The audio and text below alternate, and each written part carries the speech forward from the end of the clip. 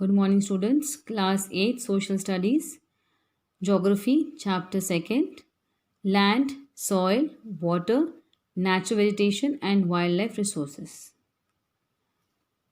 Chapter के starting में छोटी सी स्टोरी है दो कैरेक्टर्स की जिनका नाम है मम्बा और Peter. In a small village in Tanzania, Africa, Mamba gets up early in the morning to fetch water. Mamba नाम की लड़की है जो तंजानिया अफ्रीका में है, वहाँ रहती हैं. सुबह सुबह उठकर वो एक लॉन्ग डिस्टेंस जाती हैं ट्रैवल करके टू फेच वाटर. वहाँ से रिटर्न होकर वो अपनी मदर की हाउस होल्ड वर्क में हेल्प करती हैं and she also joins her brother in taking care of the goats. उनकी फैमिली के पास एक छोटा सा लैंड है जहाँ उसके फादर कुछ मेज़ और बीन्स ग्रो करते हैं जिसमें बहुत हार्ड वर्क लगता है उनका. ये उनकी पूरी फैमिली के लिए इनफ नहीं है for the whole year, but still they are leading this life. Another character Peter जो रहते हैं न्यूजीलैंड में अपनी फैमिली के साथ. Their family runs a wool processing factory. Her rose school से रिटर्न होते हुए पीटर अपने अंकल को देखते हैं उन शिप्स की देखभाल करते हुए. The shipyard is situated. उनका जो शिपयार्ड है जहाँ शिप को रखा जाता है, that is a wide grassy land with hills in the far distance. It is managed in a scientific way using the latest technology. Peter family also grows vegetables through organic farming. Peter की family इस काम के साथ साथ vegetables भी grow करती हैं organic way में, that is using less artificial chemical fertilizers. अब इन दो कैरेक्टर्स की स्टोरी को हम देखें तो इन दोनों की लाइफ कितनी डिफरेंट हैं और ये डिफरेंट पार्ट्स ऑफ वर्ल्ड में रह रहे हैं. That is the reason. This difference is because of the difference in the quality of land, soil, water, natural vegetation, animals and the usages of technology. The availability of such resources is the main reason places differ from each other. ये कुछ important characters हैं जिसकी वजह से different parts of the land are different. That's why everybody is not having the same kind of livelihood और lifestyle as we think. Let's read about the resource land. Land is among the most important natural resources. It covers only about 30% of the total area of the Earth's surface, and all parts of this small percentage are not habitable. That means जो अर्थ का total surface area है उसका सिर्फ 30% is land. And to the surprise इस 30% में भी आपको सभी जगह लोग नहीं मिलेंगे. There is uneven distribution of population.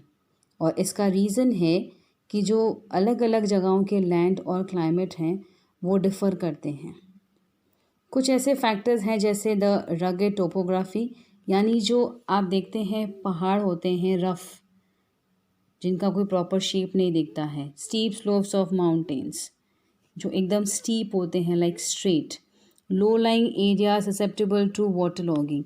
जो लो लाइंग एरियाज़ है वहाँ पानी जमा होने की संभावना रहती है.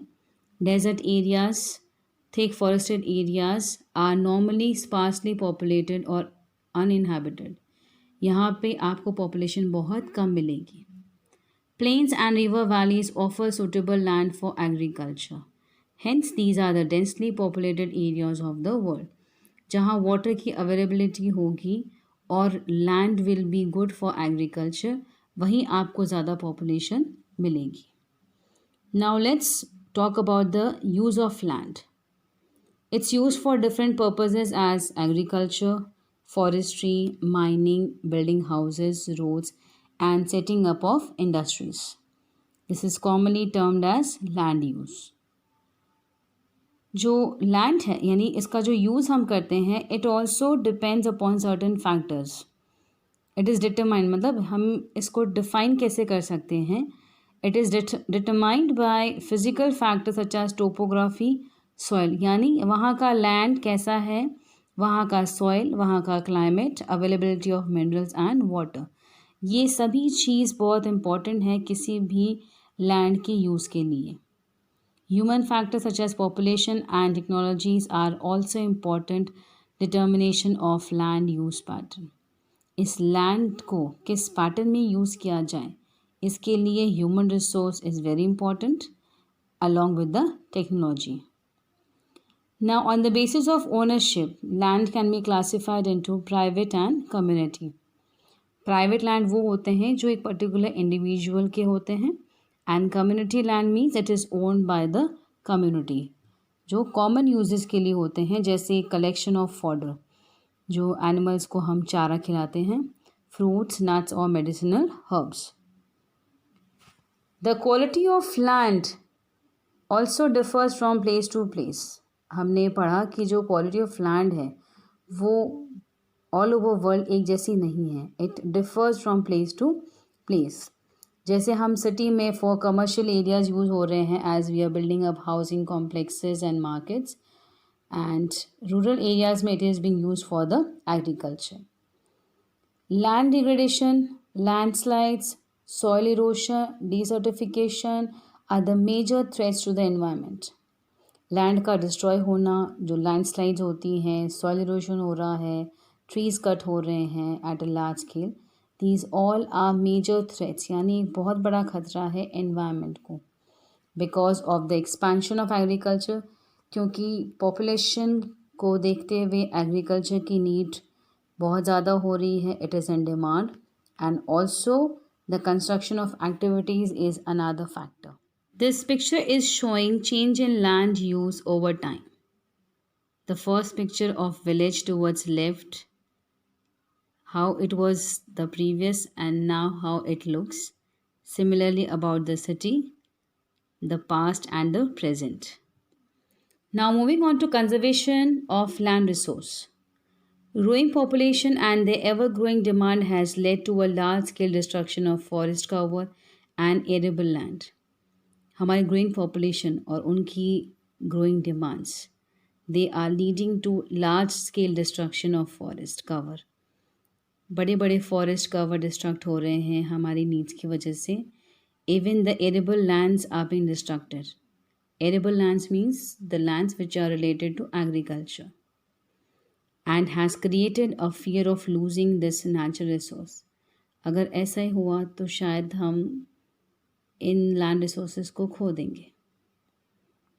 Afforestation, land reclamation regulates use of chemical pesticides and fertilizers, and checks on overgrazing are some of the common methods used to conserve land resources. अब हमारे पास कुछ ऐसे मेथड्स हैं to conserve land resources as afforestation, यानी we need to plant more and more trees.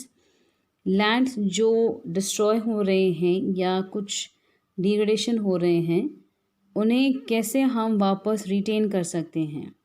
How we can keep a check on the use of chemical pesticides and fertilizers which are artificial, and how we can keep a check on overgrazing. So these are the common methods used to conserve our land resources. Moving on to our second resource, that is soil. Soil is made up of organic matter, minerals and weathered rocks found on the earth. Soil बनता है organic matters, यानी जो बिना chemicals के होते हैं, they are like natural, minerals added to them, and the weathered rocks. Weathering is the process in which the rocks turns broken into small particles through the agents like water and air. The right mix of minerals and organic matter makes the soil fertile. इस soil में अगर proper amount यानी appropriate amount of mineral or organic matter mix होगा, this soil is very good for the crops. Have a look at this diagram. It's a soil profile. ये layers हैं. You can see at the top soil with humus and vegetation. Now what is humus? Humus is the decomposed organic matter of the dead bodies of plants and animals which get mixed up with the soil and is very good for the vegetation. That means growing the crops. Subsoil with sand silt and clay, इसी के नीचे का जो layer है उसमें subsoil है with sand, some silt and clay. The third layer is of weathered rock materials, जो छोटे छोटे रॉक पार्टिकल्स हैं. और the last layer is showing us the parent rock, यानी जो मेन रॉक है, यानी जहाँ से शुरुआत हुई. और जो अपर लेवल है that is the top soil where we are growing the plants and crops. Factors of soil formation. The major factors of soil formation are the nature of parent rock and climate factors. ये जो to major factors हैं, parent rock और climate factors, जो important है soil formation के लिए. Parent rock में determine होता है उसका colour, texture, chemical properties, mineral content और उसकी परमेबिलिटी. परमेबिलिटी का मतलब है रॉक्स के बीच में जो स्पेस होती है जहाँ से water can flow very easily. You can see in the box it mentioned. And it also depends upon the climate factors, that is the temperature, rainfall influence, rate of weathering and humus formation.